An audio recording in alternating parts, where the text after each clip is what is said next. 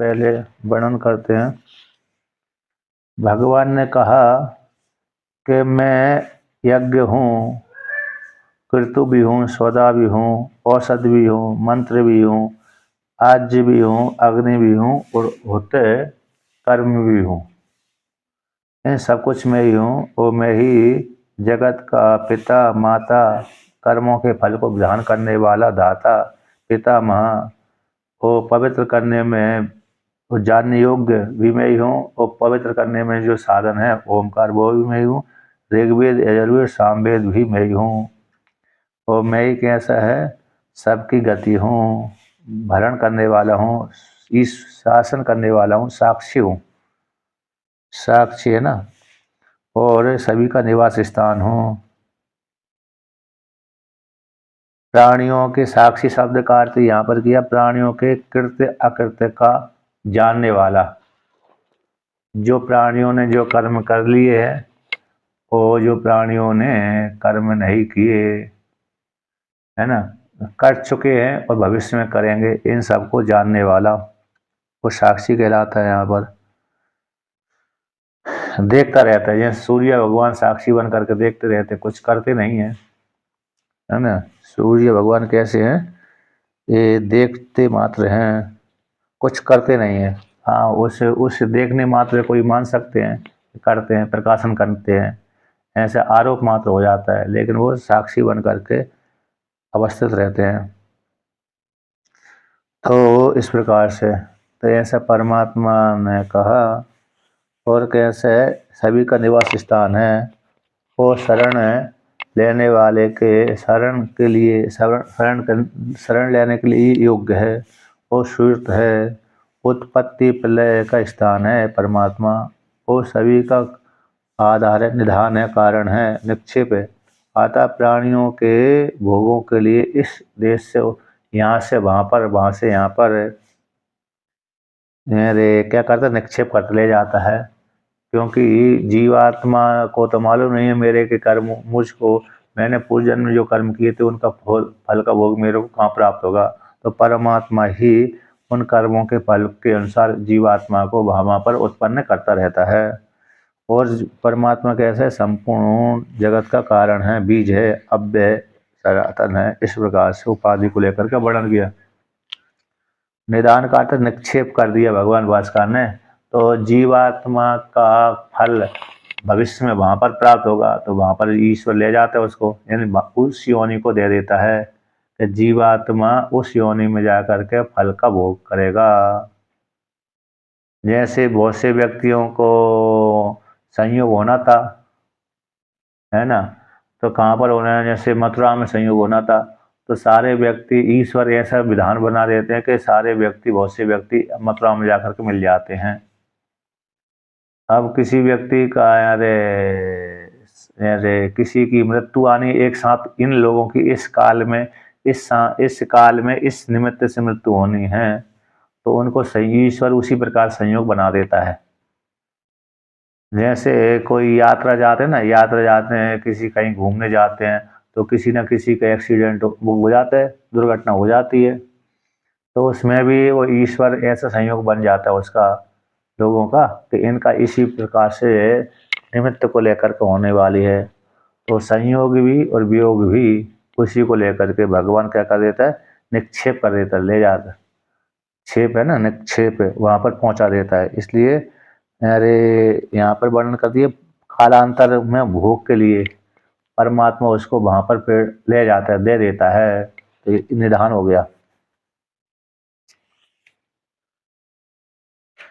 ऐसे अगला अगला जन्म उसको कहाँ पर प्राप्त होगा, कर्म तो नहीं दे सकता ना, स्वतंत्र कर्म तो जड़ है, तो कर्म व्यक्ति को अगली योनि नहीं दे सकता, किंतु देने वाला ईश्वर ही है। ईश्वर भी स्वतंत्र नहीं दे सकता, तो कर्म से प्रेरित होकर के ईश्वर ही उस कर्मों का फल भुगाता है। तो इसलिए निर्णय करने वाला कौन है, ईश्वर है। ईश्वर का विधान कर दी, ईश्वर ने विधान कर दिया था, इस कर्म के अनुसार इसको इस फल की प्राप्ति होगी, उस कर्म के अनुसार उसको इस फल की प्राप्ति होगी। उसमें प्रमाण वेद ही है, ईश्वर का जो रचित है वेद है वही उसमें प्रमाण है। तो उसी प्रमाण के अनुसार उस जीवात्मा को कर्म के अनुसार, कर्म से युक्त होकर के ईश्वर ही जीवात्मा को अगली योनि में उस प्रकार के सुख अथवा दुख को देता है। इस योनि में भी देता है, जिस योनि में है उस योनि में भी भाई ईश्वर देता है, कर्म के अनुसार देता, लेकिन स्वतंत्र नहीं देता। ठीक है ना। इसलिए बीज भी है संपूर्ण उत्पत्ति का हेतु कहलाता है। जब तक संसार है तब तक बीज बना रहता है, तो वो अव्यय भी बना रहता है, बीज है।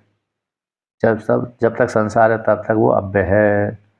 तो बिना बीज के वह अंकुर आदि उत्पन्न नहीं हो सकते। इसलिए हमेशा कैसे इसका व्यय नहीं होता। बीज एक के बाद दूसरा और दूसरे के बाद तीसरा उत्पन्न होता रहता है, ऐसा वर्णन कर दिया।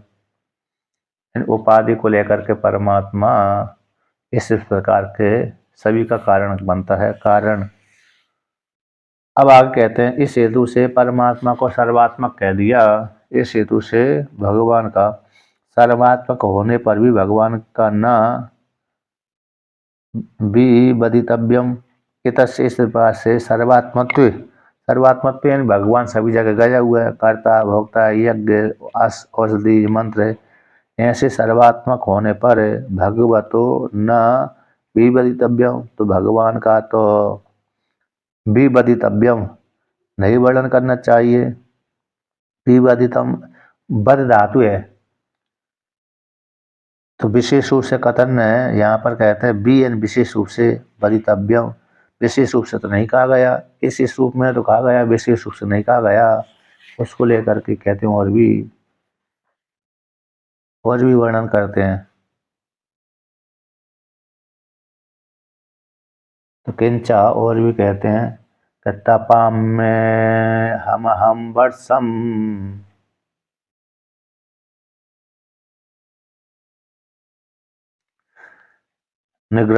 निगृह्णाम्यत्व सृजामि च।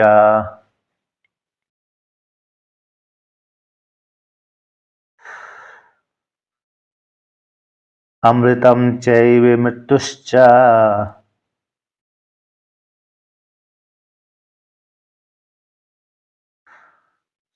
सदा सच्चा हम अर्जुन।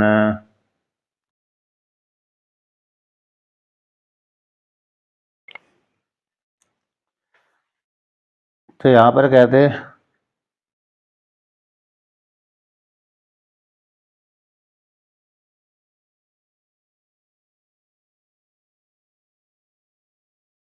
कि भगवान का सर्वात्मक होने पर भी, इस हेतु से सर्वात्मक होने पर भी, सभी जगह जाने पर भी भगवत यानी भगवान का विबदितव्यम विशेष रूप से कथन नहीं किया गया, नहीं बोलना चाहिए, नहीं कथन किया गया।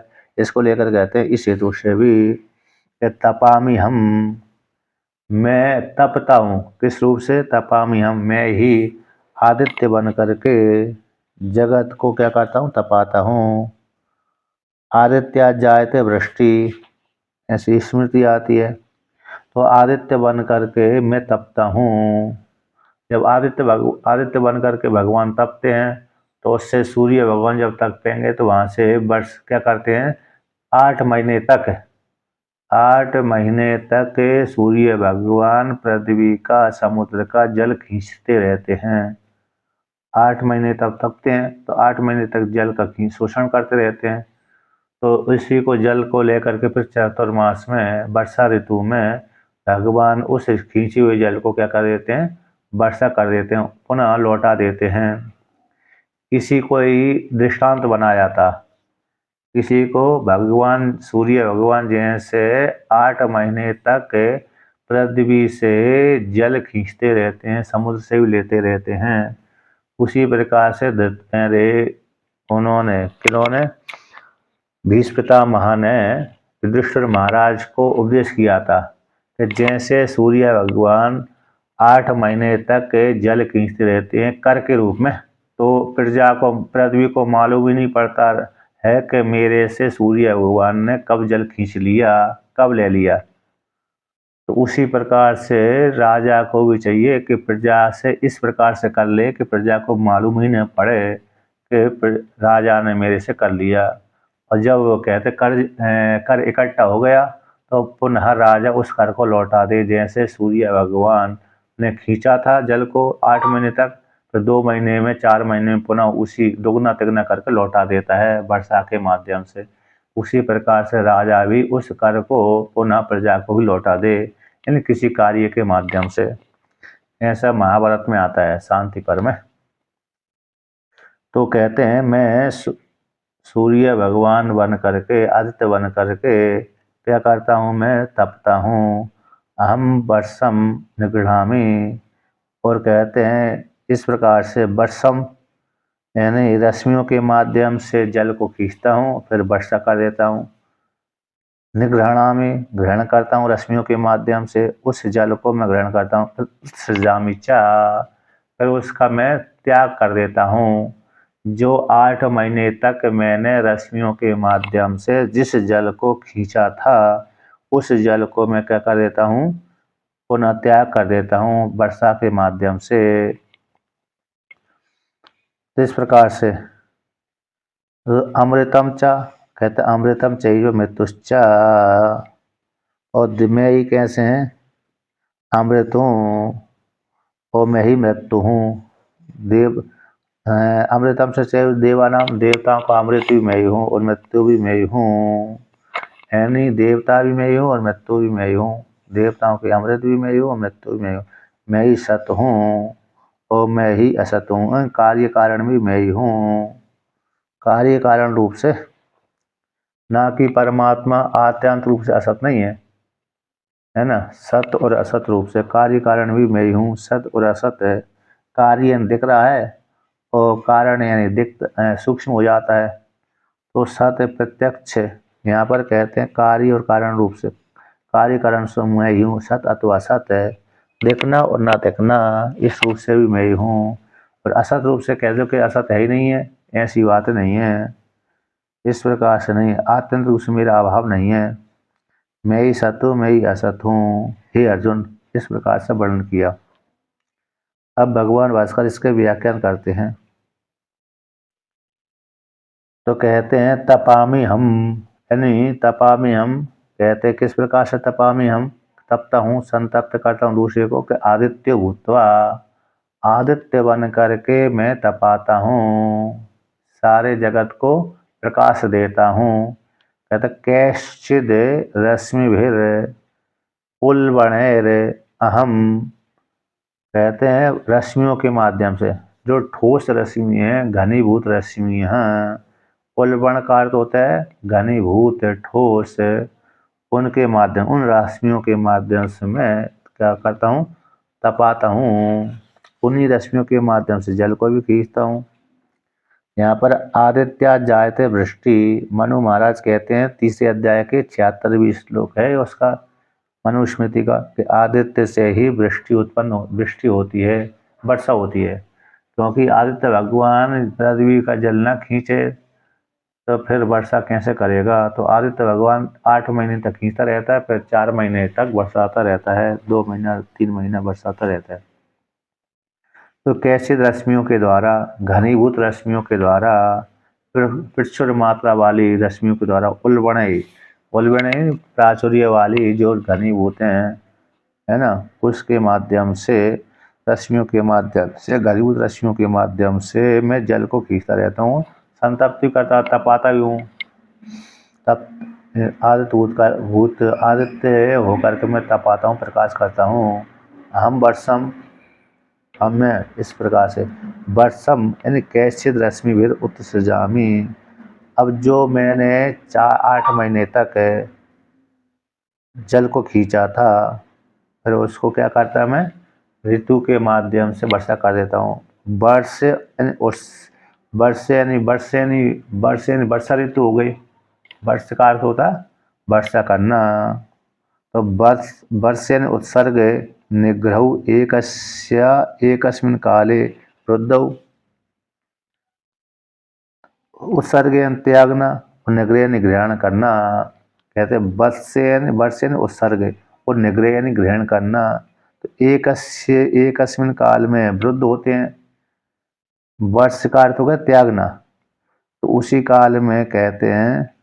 अच्छा, आगे क्या आ रहा है, तो कहते हैं वर्षम यानी वर्षा करता हूँ, वर्षा करता हूँ, त्यागता हूँ। तो कैश्चिद रश्मियों के द्वारा, कैश्चिद कुछ कुछ रश्मियों के द्वारा उत्सृजामि उत्सृज्यम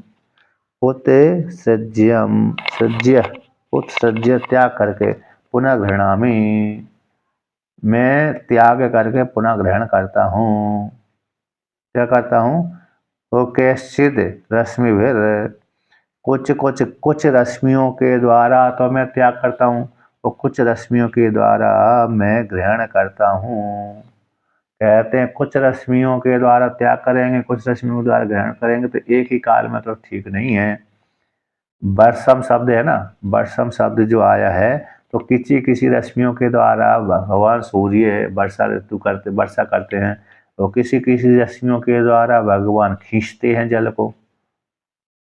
तेरा तुझको अर्पण क्या लाग है मेरा, तेरा ही लिया तेरा ही अर्पण कर दिया, है कि नहीं। सूर्य भगवान के पास में रखने का तो कोई साधन नहीं है वहां पर, है। सूर्य भगवान रश्मियों के द्वारा खींचते हैं जल को, और रश्मियों के द्वारा वर्षा भी कर देते हैं। तो यहाँ पर पूर्व पक्षी शंका करता है, मतलब वर्षम शब्द आया ना, तो यहाँ पर वर्षम शब्द से कहते हैं किसी रश्मियों के द्वारा उस जामी यानी वर्षा कर देते हैं। और फिर पुनः कहते पुनः निगृणामी कैश्चिद, तो किसी रश्मियों के द्वारा, कैश्चिद रश्मि भीर, तो किन्हीं रश्मियों के द्वारा पुनः उस जल को ग्रहण कर लेते हैं, खींच लेते हैं। तो इस वाक्य को कह कर, ऐसी कहने के पश्चात पूर्व पक्षी ने इन दोनों शब्दों को लेकर के एक वाक्य के द्वारा त्याग कर दिया, एक वाक्य के द्वारा ग्रहण कर लिया। निग्रहणामी और उत्सृजामि, ये दो है। यानी वर्षा यानी जल को त्याग भी करते हैं, जल को ग्रहण भी करते हैं। वर्ष शब्द से जल ले लो वहां पर, तो रश्मियों के माध्यम से वर्षा करते हैं, रश्मियों के माध्यम से जल को ग्रहण करते हैं। तो ग्रहण करना और त्याग करना एक ही काल में तो ठीक नहीं है। उसी को यहाँ पर क्या करते हैं, शंका करते हैं। टीका में 324 नंबर पृष्ठ की पहली पंक्ति है। तो वर्ष उत्सर्ग निग्रहु एकस्मिन् काले वृद्धौ, वर्ष उत्सर्ग और निग्रह, त्याग करना, उत्सर्ग त्याग करना और निग्रह यानी ग्रहण करना, एक का सूर्य की रश्मियों का, सूर्य की रश्मि का एक का ही एकस्मिन् काल में वृद्ध है, उसी काल में त्याग करते हैं, उसी काल में ग्रहण करते हैं, ठीक नहीं है। ऐसी आशंका हो जाने पर उत्तर देते हैं भगवान भास्कर, कहते हैं रश्मिभिर अष्टाभिर मास ही पुनरुत्सृजामि प्राविशी, के 8 मासों के द्वारा पृथ्वी से सूर्य भगवान किरणों के द्वारा ग्रहण करते रहते हैं, कार्य के रूप में लेते रहते हैं। कौन? सूर्य भगवान 8 महीनों तक पृथ्वी से जल किरणों के द्वारा कार्य के रूप में ग्रहण करते रहते हैं। अब जब कर इकट्ठा कर लिया, एकत्रित हो गए, वो आकाश में अवस्थित रहते हैं वायु रूप से, तो फिर पुनः घनीभूत होकर के किरणों के माध्यम से प्राविशीन वर्षा ऋतु में उत्सृजामि त्याग देते हैं, यानी वर्षा कर देते हैं, पुनः पृथ्वी पर लौटा देते हैं। जो 8 महीने तक खींचा था जल किरणों के माध्यम से, वही 4 महीना अथवा 2 महीना अथवा 2 महीना वर्षा ऋतु में उसको क्या कर देते हैं, त्याग कर देते हैं। ठीक है ना। तो इसलिए तो उन्हीं किरणों से खींचते हैं, उन्हीं किरणों से वर्षा कर देते हैं। तो ऋतु भेदेन, तो यहाँ पर कहते हैं ऋतु भेदेन वर्षस्य निग्रह उत्सर्गौ एक कर्तिकत्व अवरुद्धम, एक ही रश्मि के द्वारा, कुछ रश्मि के द्वारा ग्रहण करते हैं, कुछ रश्मि को द्वारा त्याग कर देते हैं। तो ऋतु भेद के द्वारा, कौन सी ऋतु भेद के द्वारा? 6 ऋतु होती है ना, ग्रीष्म ऋतु, शिशिर ऋतु, बसंत ऋतु, शरद ऋतु, हेमंत ऋतु, ये ऋतुओं तो वर्षा ऋतु। तो वर्षा ऋतु में त्याग कर देते हैं, अन्य ऋतुओं में तो, और कहते हैं बसंत और ग्रीष्म ऋतु में तो भयंकर ही खींचते हैं सूर्य भगवान। किस ऋतु में? बसंत ऋतु में और ग्रीष्म ऋतु में तो खूब ही जल खींच लेते हैं। शिशिर ऋतु में, हेमंत ऋतु में और शारदीय ऋतु में, इसमें तो कम कम खींचते हैं। शारदीय ऋतु से चालू हो जाता है शारदीय ऋतु, और हेमंत ऋतु और शिशिर ऋतु, इसमें धीरे धीरे खींचते हैं। फिर बसंत ऋतु आ जाती है, फिर ग्रीष्म ऋतु आ जाती है। ग्रीष्म ऋतु में तो पूरा ही खाली कर देते हैं। फिर वर्षा ऋतु आती है, तुरंत वर्षा देते हैं। इस प्रकार से तो ऋतु भेद के द्वारा वर्षा का यानी जल का निग्रह और त्याग दोनों एक एक किरणों के माध्यम से कोई विरोध नहीं है। अब आगे कहते हैं अमृतम चैव देवानाम, का देवता का अमृत भी मैं ही हूँ। मृत्युश्च मर्त्यानाम, तो मर्त्यों की मृत्यु भी मैं ही हूँ। जो मरण धरने वाले व्यक्ति हैं, मरण धर्मी वाले जो व्यक्ति हैं, उनकी मृत्यु को न मैं ही हूँ। तथा सद यस्य यत संबंधितया विद्यमानम तद विपरीतम असच्च एव अहम अर्जुन। हे अर्जुन, सत कहते सद यानी प्रत्यक्ष, यस्य जिसके साथ, जिसके साथ संबंध होने से विद्यमान, जो विद्यमान है उसको सत कहते हैं। जिसके साथ संबंध रूप से विद्यमान रहता है, संबंध रूप से अवस्थित रहता है, उसको सत कहते हैं। तद विपरीत जिसके साथ संबंध रूप से विद्यमान नहीं रहता उसको असत कहते हैं। वो भी मैं ही हूँ, सत भी मैं ही हूँ, असत भी मैं ही हूँ। कहते हैं जिसका किसका, कहते हैं यस्य कारणस्य, टीकाकार कहते हैं जिस कारण का संबंधित रूप से यत कार्यम अविभज्यते, जिस कारण का संबंध रूप से जिससे जो कार्य अविभज्यते, जो कार्य अभिव्यक्त होता है, तद वह सत कहलाता है। यानी कार्य कारण के साथ संबंध रूप से रहता है। यहाँ पर कहते हैं यश जिसका तो यश जिसका कार्य कारण का, जिस कारण का संबंध रूप से यानी कार्य व्यक्त हो जाता है, अविभज्यत हो जाता है। जैसे मृतिका रूप कारण से उसी मृतिका के साथ संबंध से कार्य रूप जो घट है अभिव्यक्त हो जाता है, तो दिखने लगता है, उसको कहते हैं सत। तद विपरीतम, कहते तद उसको सत कहते हैं कारण संबंध रूप से अनव्यक्त, और कारण के संबंध से कार्य व्यक्त नहीं रहता उसको असत कह देते हैं। कारण के संबंध रूप से जो अव्यक्त नहीं रहता कार्य, तो कारण रूप से ही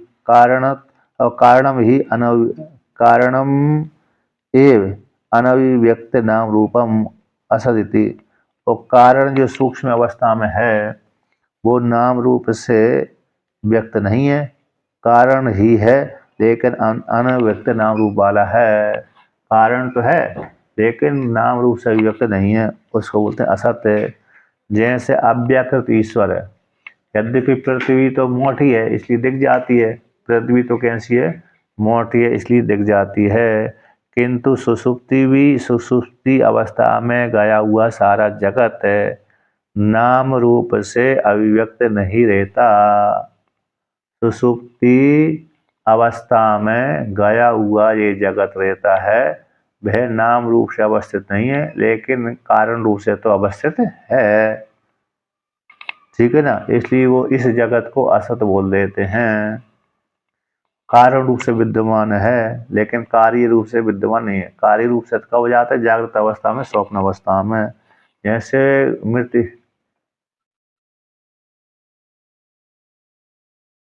हाँ, कार्य और कारण मैं ही हूँ उपाधि को लेकर के, उपाधि को लेकर के। हाँ, सत यहाँ पर परमात्मा को व्यापकता सिद्ध कर रहे हैं कि सभी जगह परमात्मा गया हुआ है, कार्य में भी गया हुआ है, कारण में भी गया हुआ है, और कार्य कारण से परे है, उपाधि को लेकर के कार्य कारण में गया हुआ है, क्योंकि परमात्मा अभिन्न निमित्तोपादान कारण है, इस हेतु से कार्य कारण में गए हुए, लेकिन मुख्य स्वरूप से उसका कैसे है, कार्य कारण से रहित है। इस प्रकार से अब कहते हैं तो तद विपरीतम असत है, जो दिखता नहीं है, कारण रूप से तो अवस्थित है लेकिन कार्य रूप से अवस्थित नहीं है, उसको असत कह देते हैं। सुषुप्ति अवस्था में गया हुआ जो परमात्मा है वो दिखता नहीं है, जगत भी नहीं दिखता, इसलिए असत कह दिया।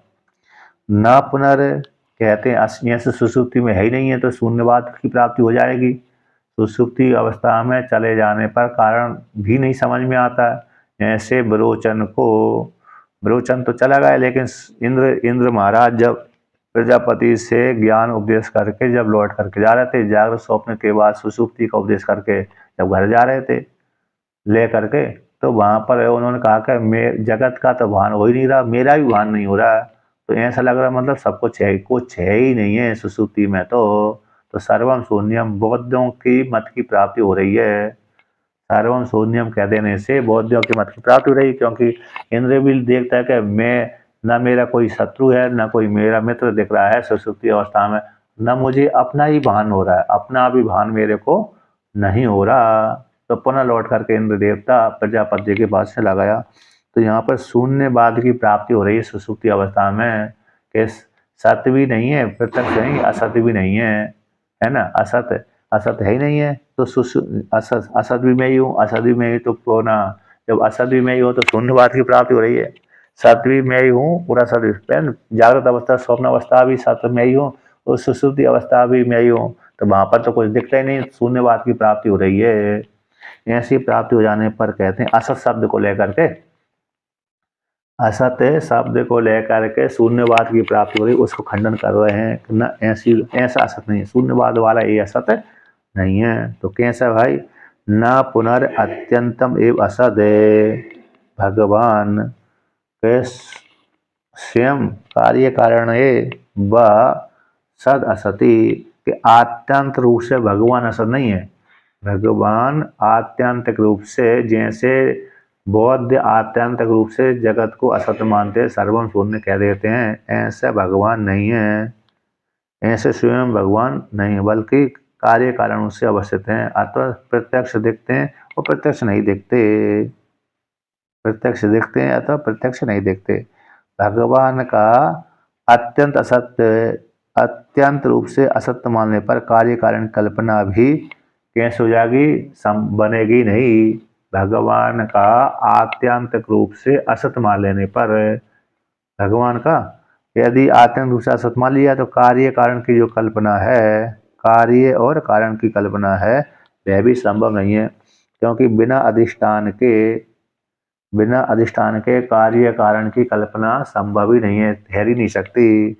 निरअधिष्ठाना न तिष्ठति कार्य कारण कल्पना। यदि भगवान को क्या नहीं मानेंगे, स्वीकार नहीं करेंगे, तो असत रूप से स्वीकार कर लेने पर कार्यकरण की कल्पना संभव ही नहीं है। इस प्रकार से वर्णन किया।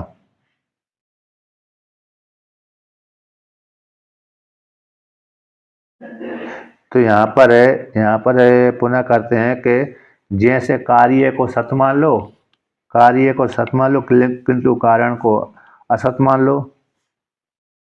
कार्य को तो सत मान लो और कारण को असत मान लो, कि न कार्य कारण, जैसे कार्य और कारण रूप से भगवान स्वयं ही कार्य कारण बने हैं, तो कार्य रूप से सत हो जाए और कारण रूप से असत हो जाए, कि न ऐसी बात नहीं है। दिखना और ना दिखना इस प्रकार से ही है, पारमार्थिक रूप से असत नहीं है। कहते नहीं कार्य से अत्यंत सत्यम, तो कार्य का भी पारमार्थिक रूप से सत्य नहीं है, कार्य का भी पारमार्थिक रूप से सत्य तो नहीं है। वह भी कार्य कारण से भिन्न नहीं है। जैसे यहाँ पर किया, कार्य रूप से दिखता है और कारण रूप से नहीं दिख रहा है, तो कार्य को सत्य मान लिया जाए, कारण रूप से असत मान लिया जाए, कि ना।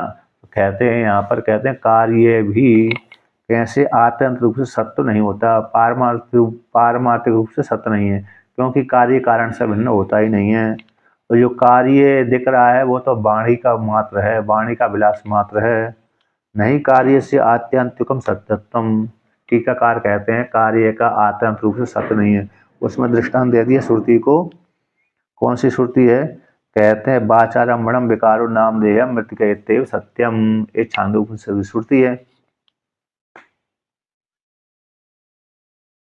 हाँ, कार्य नाम रूप वाला कार्य है।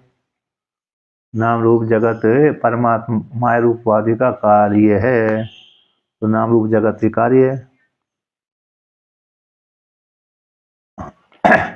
नहीं, वो कारण से भिन्न नहीं रहता ना। मृतिका रूप जो कार्य है, घट रूप नहीं, घट रूप जो कार्य है मृतिका का, तो वो मृतिका से भिन्न नहीं है। और मृतिका से बना हुआ जैसे घट बना हुआ है, सकोरा बन जाता है, कुल्हड़ बन जाते हैं, अन्य बन जाते हैं, तो वो नाम मात्र के लिए है, पारमार्थिक रूप से सत्य नहीं है। पारमार्थिक रूप से वो कार्य कारण से भिन्न है ही नहीं है, सत्य ही नहीं है, वाणी का विलास मात्र है। इस प्रकार से तो इसलिए श्रुति ने भी क्या कर दिया, इतर जो कार्य है, कारण से भिन्न जो कार्य दिख रहा था, उसका भी आत्यंत रूप से असत्य का आत्यंत रूप से कैसे सत्यत्व का खंडन किया है। वाणी का विलास मात्र है, वाणी का विलास मात्र है। और कार्य को पारमार्थिक सत्य, कार्य को पारमार्थिक रूप से आत्यंत रूप से सत्य नहीं कहा गया, व्यवहारिक रूप से सत्य है, पारमार्थिक रूप से सत्य नहीं है, यानी कारण से वो भिन्न भी नहीं है। इसलिए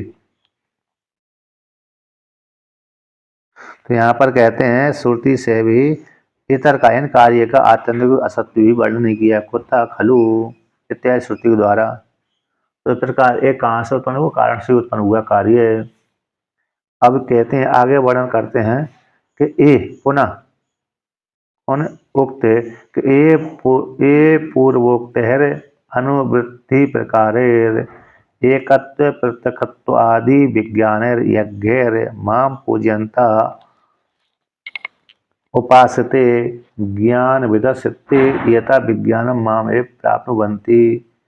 कहते हैं जो साधक अथवा साधिका पूर्व में कहे हुए प्रकारों के द्वारा, ज्ञान यज्ञों के द्वारा, पूर्व में कहे गए कौन के द्वारा, ज्ञान यज्ञ के द्वारा, ज्ञान यज्ञ थी, ज्ञान यज्ञ 15वें श्लोक में कहा गया है ना, ज्ञान यज्ञ के द्वारा, ज्ञान ही यज्ञ यहाँ पर, ज्ञान यज्ञ के द्वारा मेरे ही उपासना करते हैं, मुझको अभिन्न रूप से चिंतन करते हैं, अन्य देवताओं की उपासना का त्याग कर देते हैं और मेरा ही सेवन करते हैं, ऐसे वो भगवान में जिनका मन आविष्ट हो चुका है, ऐसे उन साधकों के द्वारा पूर्वोक्त साधना जो वर्णन किया उनके द्वारा अनुवृत्ति प्रकारों के द्वारा एकत्र रूप से, तो कुछ पृथक रूप से भी करते हैं, कुछ कैसे पृथक रूप से, इत्यादि विज्ञान के द्वारा, ज्ञान के द्वारा, यज्ञों के द्वारा मेरी पूजा करते हैं। तो ऐसे ज्ञान विदा, ऐसी पूजा करने वाले, ज्ञान को जानने वाले ज्ञानविद हैं, वे इतः अपने ज्ञान के अनुसार ही मुझ परमात्मा को प्राप्त होते हैं। जो भेद पूर्वक उपासना करते हैं तो भेद वाले देवता को प्राप्त होंगे, जो अभेद रूप से चिंतन करेंगे तो मुझको ही प्राप्त होंगे, मुझको ही प्राप्त होंगे। अथवा जो कहते हैं परमात्मा इस रूप में गया, इसलिए हम परमात्मा की इस रूप से उपासना कर रहे हैं, तो इस रूप से उपासना करने से फिर वो भी उसी परमात्मा को ही प्राप्त हो जाते हैं, क्योंकि उनका मूल कारण कौन है, परमात्मा ही है। अथवा उस देवता को प्राप्त हो जाएंगे, देवता को कैसे हो जाएंगे, प्राप्त हो जाएंगे। अन्य देवता भेद रूप देवता को सतरूप से उपासना करते हैं, परमात्मा का अंश रूप से उपासना नहीं करते हैं, तो देवता को ही प्राप्त होंगे। और किंतु जो वो वही परमात्मा ही आदित्य रूप में गया हुआ, इस दृष्टि से उपासना करेंगे आदित्य की, लेकिन परमात्मा ही है। जब परमात्मा ही इस दृष्टि से उपासना कर रहे हैं तो फिर वो परमात्मा को भी प्राप्त हो जाते हैं। इस प्रकार से अब पुनः आगे कहते हैं, क्या कहते हैं कि जो कहते हैं ये जो भगवान के भक्त हैं, निष्काम सेवा वाले हैं, निष्काम कर्म करने वाले हैं, भगवान के जो भक्त हैं निष्काम हैं, वो उनको मुक्ति की प्राप्ति हो जाती है। तो इसको दिखलाने के लिए वो जो सकाम वाले हैं, जो भगवान के निष्काम भक्त हैं, उनको तो मुक्ति की प्राप्ति हो जाती है, और जो सकाम वाले व्यक्ति हैं उनको संसार की प्राप्ति होती है। उसको दिखलाने के लिए यहाँ पर वर्णन करते हैं, ये पुनर्अज्ञ काम कामः, कि जो भगवान के भक्त हैं वो तो मुक्ति की प्राप्ति में मुक्ति की प्राप्ति उनको हो जाती है। किंतु जो अज्ञानी है, कामना को चाहते हैं, भगवान के भक्त तो हैं किंतु अज्ञानी है, कामना को चाहते हैं, तो उनको संसारू फल की ही प्राप्ति होती है। उसको लेकर के यहाँ पर वर्णन करते हैं। तो 20वें श्लोक का पाठ करते हैं। त्रैविद्या माम सौम्यपः पूत पापा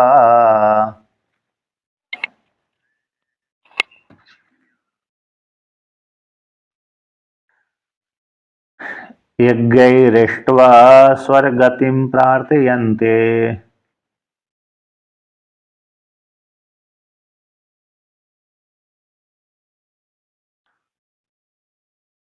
ते पुण्यमासाद्य सुरेन्द्रलोकम्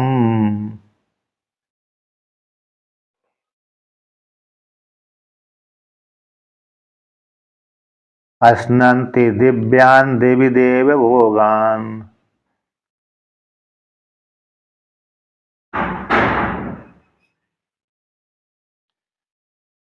तो यहाँ पर कहते हैं त्रैविद्या, त्रैविद्या 3 वेद है, उसी में 4 वेद अंतर्भूत हो जाते हैं। ऋग्वेद, यजुर्वेद और सामवेद, वो तीनों वेदों के द्वारा, अथर्ववेद के द्वारा। क्यों त्रैविद्या ऐसा प्रयोग क्यों कर देते हैं? चारों विद्याओं को क्यों नहीं करते, चारों वेदों को क्यों वर्णन नहीं करते? क्योंकि तीनों वेदों का लक्षण बनाया है। अरे कौन से? अरे रिच नहीं, हाँ, एक तो नियत पाद अक्षर, अनियत पाद अक्षर और गीति प्रदान। नियत पाद अक्षर अवसान ऋक, नियत पाद अक्षर अवसान ऋक, ये ऋग्वेद का लक्षण है। अनियत पाद अक्षर अवसान यजु, जिसको नियत पाद नहीं है, 5 अक्षर के स्थान पर 10 अक्षर हो जाते हैं, 10 के स्थान पर 15 हो जाते हैं, तो इसको यजु बोल देते हैं। और गीति प्रदान साम, गीति प्रदान साम, नियत पाद अक्षर अफसान को ऋक बोलते हैं। तो नियत पाद होगा, नियत अक्षर होंगे, उसको ऋचा बोल दिया। अनियत पाद अक्षर अफसान को यजुर बोल दिया, जिसके नियत अक्षर है लेकिन अफसान तक रहेगा। अनियत पाद अक्षर अफसान, तो ये पाद भी बढ़ सकते हैं और अक्षर भी बढ़ सकते हैं। और गीति प्रदान साम, इस प्रकार से। अब अथर्ववेद का स्वतंत्र लक्षण नहीं किया, इसलिए 3 वेद में ही अथर्ववेद आ जाता है, ऋचा में भी आ जाता है, अंतर्भूत हो जाता है। और अनियत ऋग्वेद में भी, ऋग्वेद में, यजुर्वेद और सामवेद में, यानी नियत अक्षर में भी, अनियत अक्षर में भी और गीति प्रदान में भी अथर्ववेद अंतर्भूत हो जाता है। इसलिए 3 वेद कह देते हैं। 3 वेद से 4 वेद जानने चाहिए। तो जो चारों वेदों को जानने वाले हैं, तो आगे कहते हैं माम, मुझ परमात्मा को,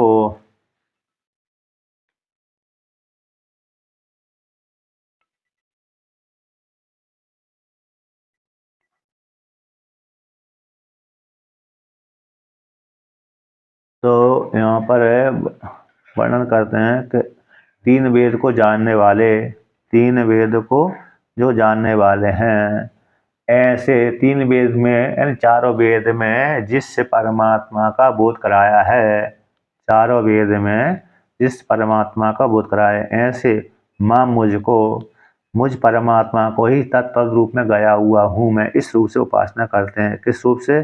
के वसु आदि रूप से उपासना करते हैं। ऐसे जानने वाले सोम रस का पान करने वाले, यज्ञ आदि के माध्यम से सोम रस का पान करने वाले जो ऋत्विज आदि हैं, उपासक हैं, कर्मकांडी हैं, सोम रस का पान करने वाले। एक सोम लता होती है, उसको निचोड़ा जाता है, उस लता का रस भी दूसरे से खरीदा जाता है। किससे खरीदा जाता है? दूसरे से खरीदा जाता है ना। तो दूसरे से जब खरीदते हैं पैसा दे करके, स्वतंत्र रूप से, अरे उनके पास में नहीं रहता, बल्कि स्वयं ही जंगल में जा करके सोमरस से सोमलता को ला सकता है, किंतु नहीं, वहाँ पर खरीदता है, खरीदने का नियम है। सोमलता के रस को दूसरे से खरीदना पड़ता है। जो निचोड़ करके लाया है, खरीदे उसको धन देना पड़ती है बदले में। स्वयं ही यजमान जंगल में जा करके सोमलता को तोड़ करके रस बना सकता था, किंतु ऐसा वहाँ पर विधान नहीं है कि दूसरे से ही खरीदना पड़ेगा। इस प्रकार से तो सोम वो रस को खरीद लेता है, फिर उसी यजमान ऋत्विज को दे रहे, ऋत्विज उससे हवन करते हैं, हवन करने के पश्चात बचे हुए सोम रस का पान ऋत्विज करते हैं। तो सोम को पान करने वाले, सोम रस का पान करने वाले ऐसे उस पूत पापा आता जो जिन्होंने यज्ञ के माध्यम से, उपासना के माध्यम से, कर्म कांड के माध्यम से इनके सारे पाप कैसे निवृत्त हो गए, तो पवित्र हो गए। ऐसे यज्ञों के द्वारा भगवान का जन करके स्वर्ग गति प्राप्त थे। ऐसे जो कैसे परमात्मा का भजन करके यानी देवता आदि के कर्मकांड के माध्यम से देवता की उपासना करके कि मैं ही वसुआदि रूप से गया हुआ, इस प्रकार से ऐसा सेवन करके स्वर्ग गति प्राप्त थे। बहुत से व्यक्ति कामना वाले स्वर्ग लोक को प्रार्थना करते हैं कि हे भगवान हमको स्वर्ग की प्राप्ति हो।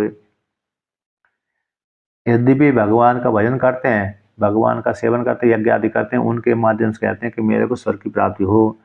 तो ऐसे जो स्वर्ग की प्राप्ति करने वाले, स्वर्ग की प्रार्थना करने वाले प्रार्थना हैं, ऐसे प्रार्थना करते हैं, ऐसे प्रार्थना करने वाले जो व्यक्ति हैं कहते हैं वे, तो क्या हो जाता है, कहते पुण्यम आसाध्य, वो यज्ञ आदि के माध्यम से पुण्य को संपादन करके, प्राप्त करके, आसाध्य करके से पुण्य यज्ञ करके, यज्ञ के माध्यम से उन्होंने पुण्य का अर्जन कर लिया।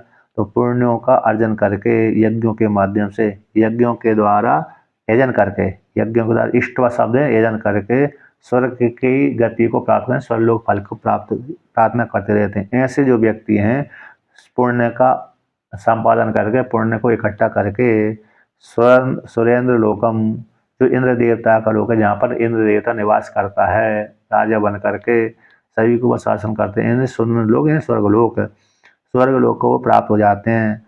दिव्यान दिवी देव भोगान, देवताओं वाले जो भोग हैं और मनुष्य लोक वाले भोगों से रहते हैं। मनुष्य लोक में जो भोग है उनसे भिन्न जो दिव्य लोक में होने वाले दिव्य भोगों को भोगते हैं, दिव्य लोक में होने वाले उन भोगों को भोगते हैं, देव भोगों को भोगते हैं। वहां पर जाकर के यानी यहाँ के पृथ्वी लोक के भोग तो कैसे परिच्छिन्न होते हैं, परिच्छिन्न हो जाते हैं और जल्दी नष्ट भ्रष्ट हो जाते हैं, किंतु वहाँ के भोग कैसे जल्दी नष्ट भ्रष्ट नहीं होते।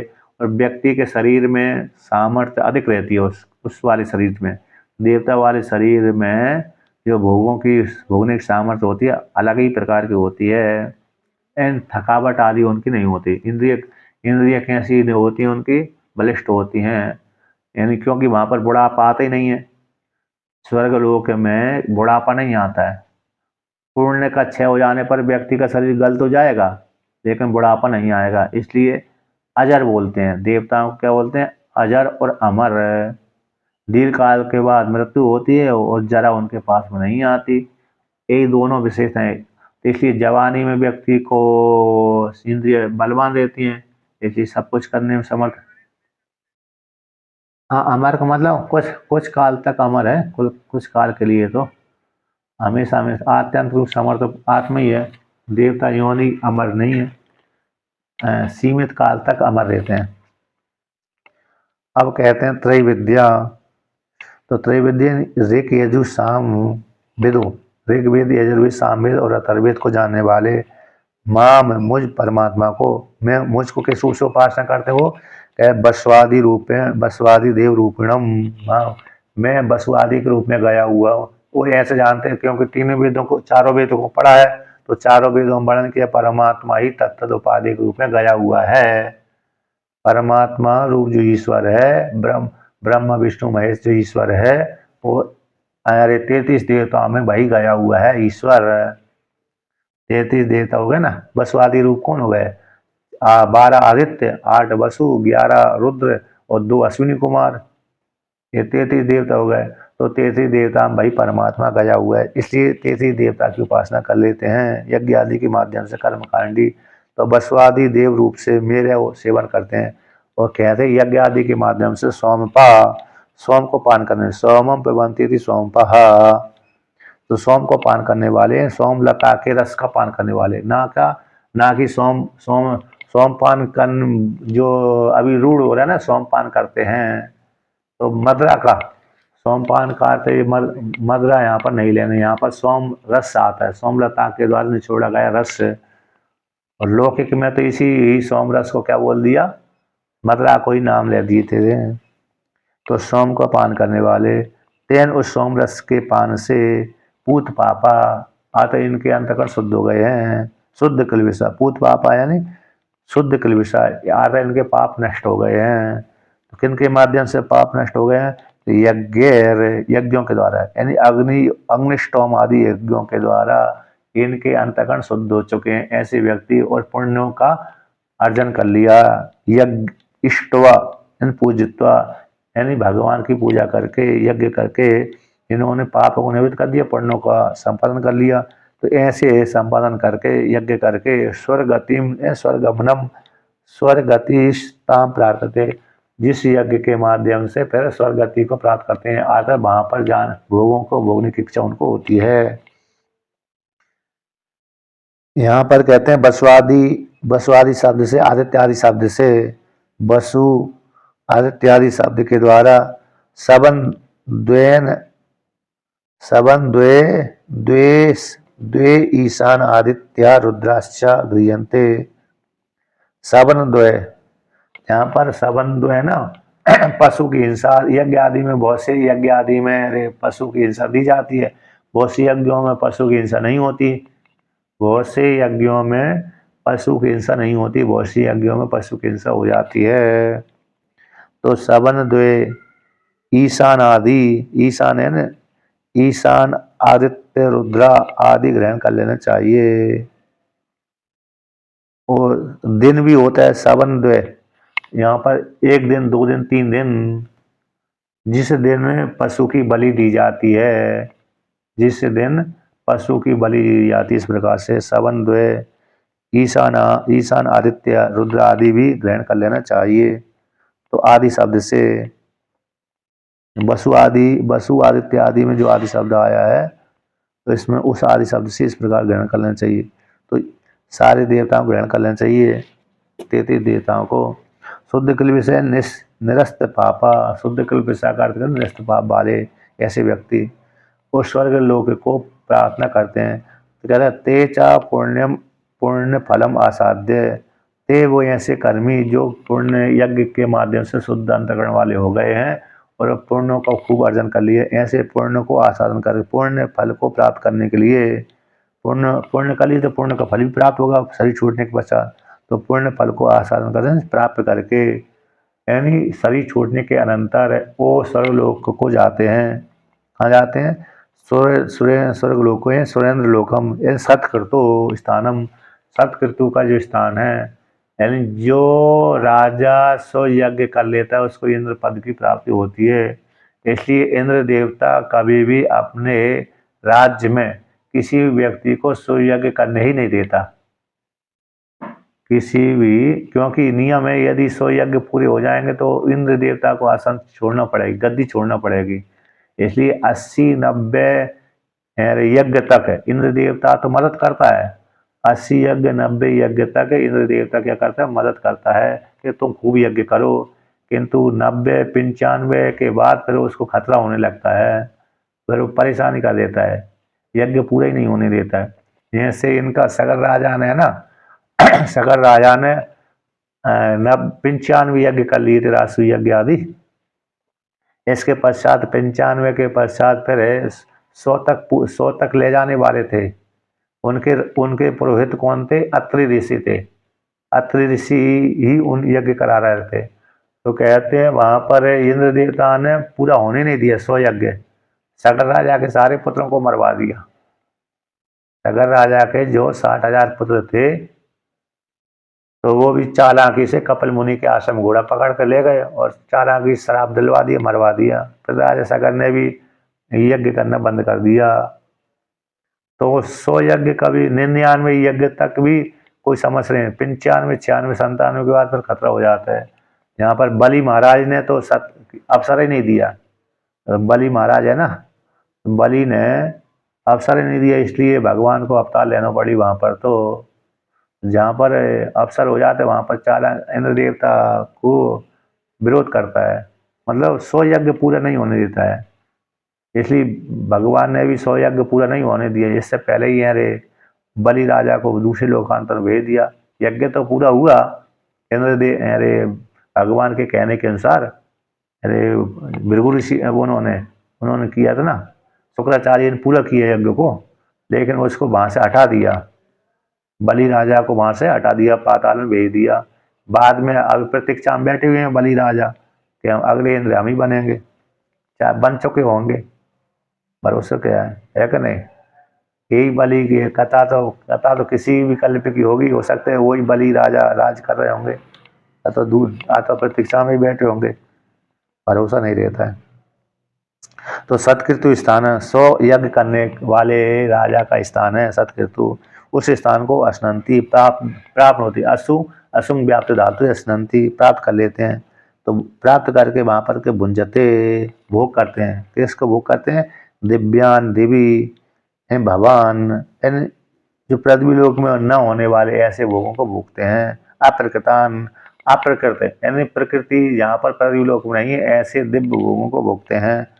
तो कहते हैं देव भोगा ने देवानाम भोगस्थान, तो देवताओं के जो भोग होते हैं, दिव्य भोग होते हैं, उनको भोग भोगते हैं। जो पृथ्वी लोक में नहीं है ऐसे ऐसे भोगों को भोगते हैं। पृथ्वी लोक में तो व्यक्ति देखते हैं, तो जहाँ पर जो भोग दे के जा रहे हैं, खाने के पीने के रहने के सबके भोग है, वो भोग वहाँ पर है, वहाँ के भोग अलग होते हैं, यहाँ के भोग अलग होते हैं। यद्यपि रूप एक ही रहता है, खाना भोजन ग्रहण करना, पे ले ये चोट से पे ही है, ग्राही है, ये सारे भोग होते हैं, लेकिन उनके भोगों में इसके भोगों में विलक्षणता आखिर रहती है। वहाँ के फूल कुमलाते नहीं, यहाँ के फूल कुमला जाते हैं घंटा 2 घंटे में, है ना। वहाँ के शरीर में अरे पसीना नहीं आते, यहाँ के शरीर में पसीना जाता है। वहाँ के शरीर में थकावट नहीं होती, यहाँ के शरीर में थकावट हो जाती है। इस प्रकार से तो ऐसे दिव्य भोगों को भोगते हैं। अब आगे का श्लोक कहते हैं, अब वहां पर जाकर के क्या वो हमेशा ही बने रहते हैं? जो पृथ्वी लोक से गया हुआ व्यक्ति भोगने के लिए स्वर्गलोक में चला गया, तो वहां पर रहने वाले वे वो हमेशा ही बने रहते हैं कि लौट करके भी आते हैं?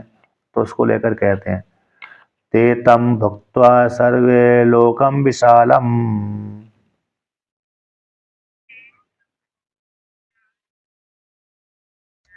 क्षीणे पुण्ये मर्तलोकम विसन्ति।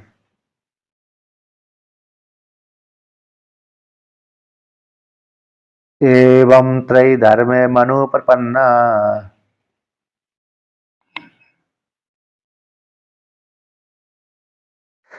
गता गतम काम कामा लभन्ते।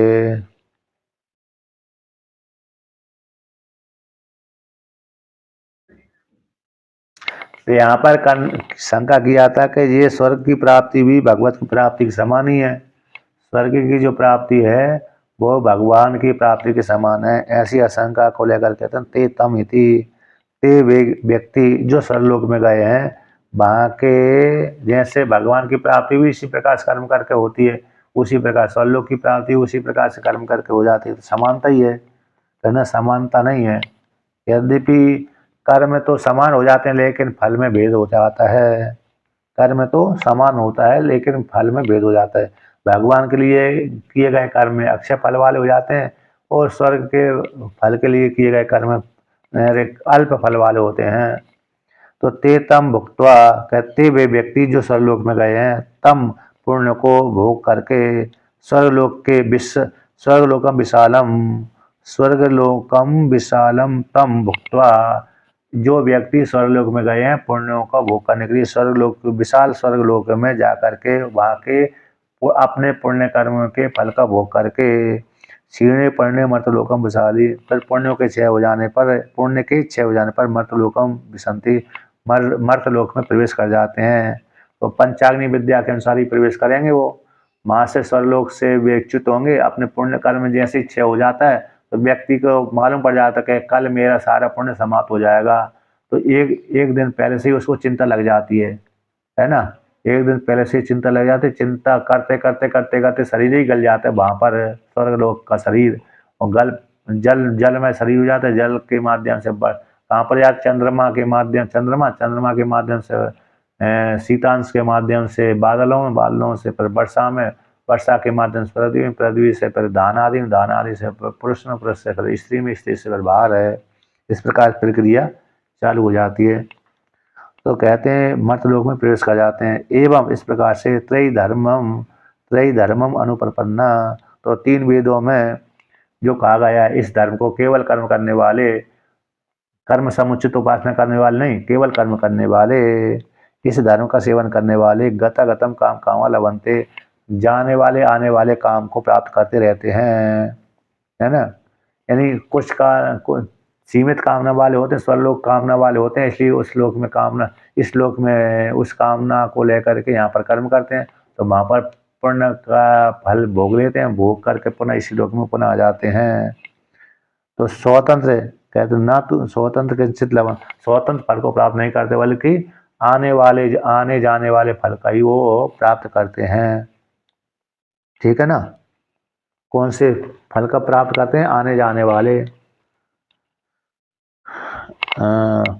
इसका पाठ कर दें,